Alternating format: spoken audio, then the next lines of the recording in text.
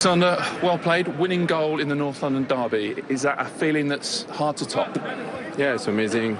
We wanted to win this game for us, for the team, and as well for the fans.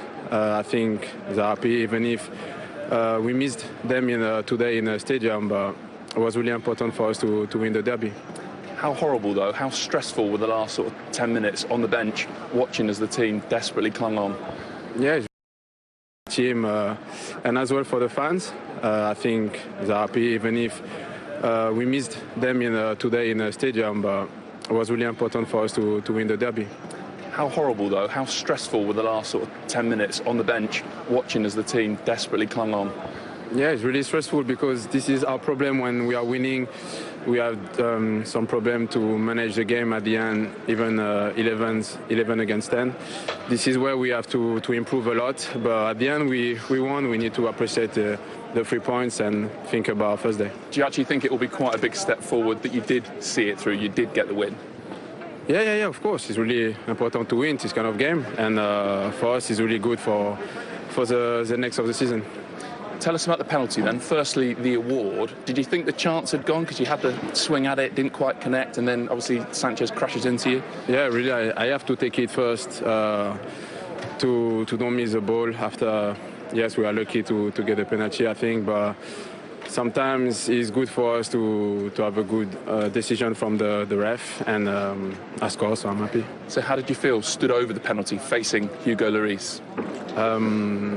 A bit stressful because back in the days, I shot a lot of penalty against him, but I was quite confident. I think we have to be confident in good keeper to shoot a penalty, and today I'm happy. And I won't ask you to go into any details on what's happened with Aubameyang, but I just wonder, for you, in the team selection, was it anything different? Did you find out quite late even that you were playing today? No, just at the same time. The coach tell us that everyone's going to play because we play every 3 days. Obviously, it's not easy to stay on the bench in big games, but it's a part of football. I don't think there is anything against Oba. It's just a decision of the coach. I will let you ask him about this, but of course, I don't think there is anything wrong with this. Thank you. Well done. Thank you so much. Every time a Spurs player got it in the first 20 minutes, and that set the pattern for the whole of the game.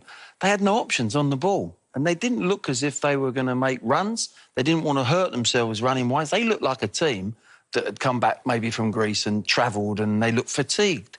But there was no press. We said before the game, I thought they were going to have a little first 10, 15 minutes, have a real press at Arsenal with some of the mistakes that they've been making and put their back four and the centre-backs under pressure, and the goalie never materialised. And it sort of plodded all the way through until they went 10 men down. And sometimes, you know what, when you go 10 men down, sorry, 1 man down, you go 10 men,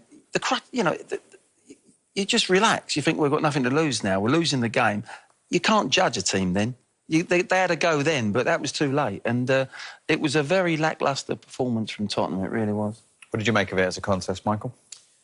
Yeah, I thought the same, and the only time that Tottenham got into the Arsenal box was the time that they scored in the first half, which is unbelievable when you think of the quality up front that Tottenham have got. And Jose Mourinho, on paper before the game, looked as if he was going for the jugular, let's say. And then you take into account Aubameyang being left out, so Arsenal without their best player. But you would never have guessed it. I mean, Arsenal definitely deserved the win. 2-1 was also, you could say, flattered Spurs, even though they pushed a little bit at the end for that equaliser. Indeed, and we'll have a look at all that in a moment. But we are 3 down, 1 to go on this Super Sunday in the Premier League that all began on the South Coast at St Mary's with a huge win and 3 points for Graham Potter and Brighton. 2-1. They won at Southampton. 5 goals for Leicester. Sheffield United, after the removal of their manager, Chris Wilder, getting hit for 5. Kelechi Iheanacho got a hat-trick there for Brendan Rodgers' team. Arsenal have won the North London derby. Up next, it is 3rd against 5th. Manchester United against West Ham United. And, of course, the match week rounded off with a Monday Night Football. Can the champions get back to winning ways? They're at Molineux to face Wolves. Well, we know about the size of Manchester City's lead. Manchester United will go back into second if they beat West Ham. West Ham, though, will go level on points with 4th-place Chelsea with a game in hand if they were to win at Old Trafford. Spurs have missed the opportunity to go level on points with West Ham, and now Arsenal are within 4 points of their North London rivals. At the bottom, as I say, huge day for Brighton. Burnley won, of course, yesterday. So Brighton up to 29 points, 1 point ahead of Newcastle. Guess what? They play Newcastle next, 24 hours after Fulham, who are still in that third relegation spot, face Leeds at Craven Cottage. Much to discuss then. 1-1 at half-time in the North London derby. Eric Lamela only on the pitch because of the injury to Son, only on for 15 minutes. And we've had a discussion in the studio. We think there's one person in their playing career who might have attempted what Eric Lamela did. Don't look at me. Not me. Mr. Hoddle, take it away. The gaffer do this. I'd end up in hospital, I think, if I tried to do that. I think Spurs have only got in the box, Arsenal's box, you know, twice in the first half. And what a goal. I mean, what imagination. You know, we all just jumped up, really, when we saw it. No one was expecting it. He's obviously done it in training before. But as the ball comes across, there it goes. Reguilon plays him in there. Moura's done a nice little layoff to him. I'm thinking, is he going to hit that with his wrong foot, his right foot? No. He puts his left behind, does Rabona, into that bottom corner. Gaffer, you know, it almost stops them challenging him because he's not doing anything with the right foot. Yeah. So they're not feeling like any shots coming. And so all of a sudden, it's come from the Rabona. You have to just give that. What's Reguilon, man? Look at Reguilon. That's what we Can't believe what... No, could we? That's what we were like. Yeah. I mean, to get the power as well, that's the thing. You can do the skill, but to get the power to make it go that distance and keep over the top of the ball, technically, it's fantastic. But Spurs were nowhere in the game. It just came out of the blue. Context, Glenn, they're their only 2 touches in the box. Incredible. I mean, they've been so lacklustre, they really have, and a bit of inspiration, a bit of creativity, and they found themselves, you know, leading this game where Arsenal totally dictated the play and should be leading. But now, that's what happens with inspiration on a football pitch. Before we get to the equaliser, you'd all noticed down the left-hand side for Arsenal was very productive. It was, and right from the start, Steve. There was so much space. Kieran Tierney getting loads of opportunities down that left side, and Doherty, I think everybody's seen him as a left wing-back for Wolves and playing fantastically well as that, but I really just don't think he's a right-back. He's not a good enough defender.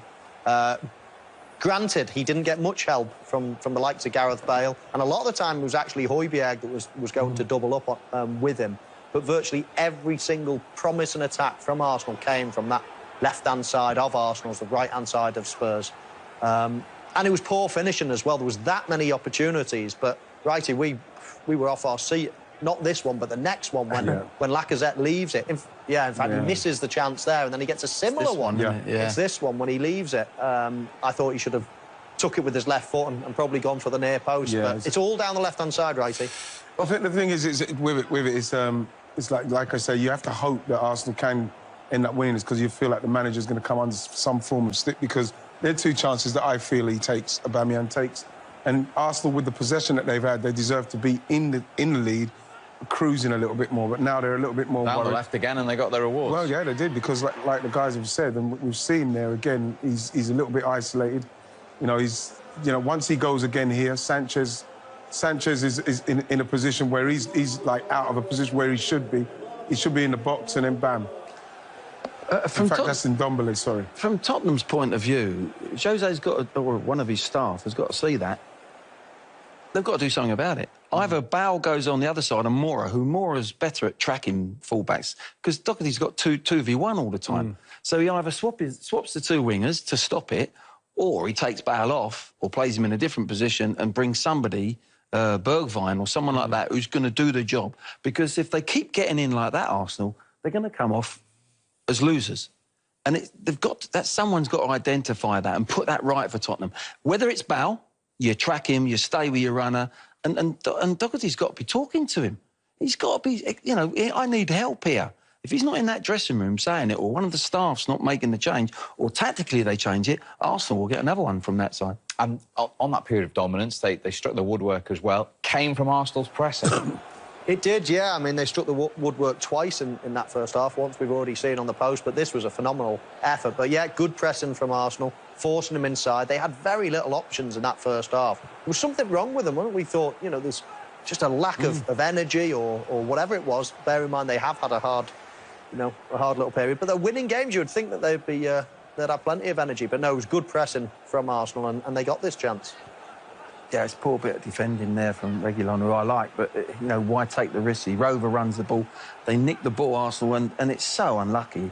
It really is. Yeah. It's a great strike, isn't it? It's the only thing that Emil Smith-Rowe hasn't done in the game is nick the goal he's deserved, to be honest, because he's running them ragged.